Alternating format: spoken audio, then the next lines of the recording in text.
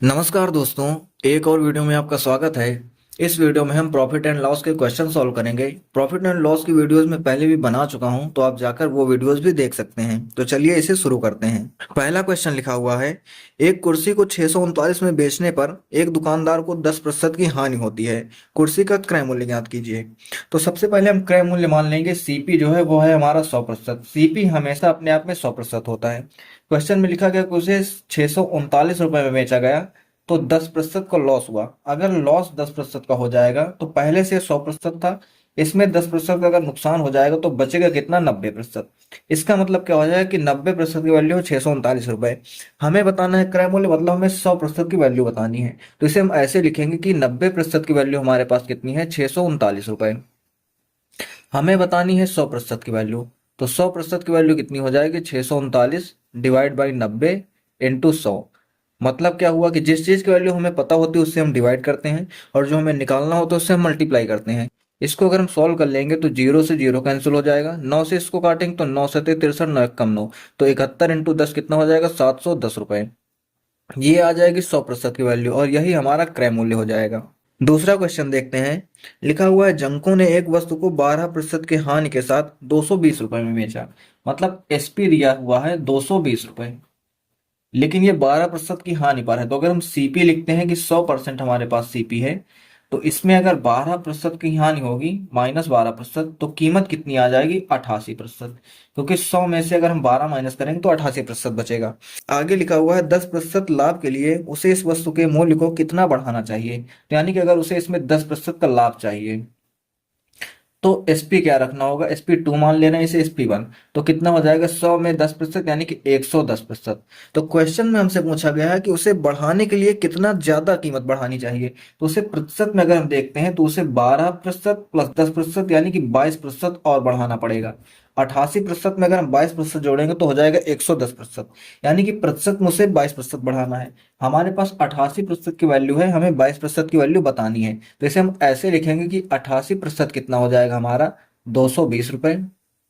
हमें बतानी है 22% की वैल्यू, तो कितना हो जाएगा? 220 डिवाइड बाई 88 इंटू 22। 22 से काटेंगे इसको तो 4 बार में जाएगा, 4 से काटेंगे इसको तो 55 बार में जाएगा। तो हमारे क्वेश्चन का आंसर कितना आ जाएगा? 55 रुपए। यानी कि अगर वो कीमत को, अगर उसे 10% का प्रॉफिट चाहिए तो उसे 220 में और 55 रुपए ऐड करके बेचना होगा। ये हमारे क्वेश्चन का आंसर हो जाएगा। तीसरा क्वेश्चन देखते हैं। लिखा हुआ है, एक व्यक्ति ने कोई वस्तु 1500 में खरीदी और उसे 12% लाभ पर बेच दिया, तो वस्तु का बिक्री मूल्य क्या होगा? तो सबसे पहले इसमें सीपी दिया हुआ है कि सीपी कितना है? 1500 रुपए। और क्वेश्चन में लिखा हुआ है कि 12% के लाभ पर बेच दी, यानी कि एसपी कितना हो जाएगा? अगर 12% के लाभ पर बेचा गया तो हम इसको पहले मान लेंगे 100%। अगर इसमें 12% का लाभ हम ऐड कर देंगे तो कितना हो जाएगा? ये 112%। तो हमसे पूछा जा रहा है कि बिक्री मूल्य यानी कि सेलिंग प्राइस क्या होगा। तो हमारे पास 100% की वैल्यू है, हमें 112% की वैल्यू बतानी है। तो इसे हम ऐसे लिखेंगे कि 100% कितने के बराबर है? 1500 के बराबर है। हमें बताना है 112% की वैल्यू, तो कितना हो जाएगा? 1500 डिवाइड बाई 100 इंटू 112। इसे हम अगर सॉल्व करें तो दो जीरो कैंसिल हो जाएगा, 15 दूनी 30 हो जाएगा, 15 एकम 15 तीन 18 हो जाएगा, और 15 एकम 15 एक 16। यानी कि 112% की वैल्यू हमारे पास कितनी आ जाएगी? 1680 रुपए। और ये 112% है क्या? Selling price. तो हमारे पास बिक्री मूल्य या सेलिंग प्राइस क्या आ जाएगा? 1680 रुपए। यही हमारे क्वेश्चन का आंसर हो जाएगा। चौथा क्वेश्चन देखते हैं।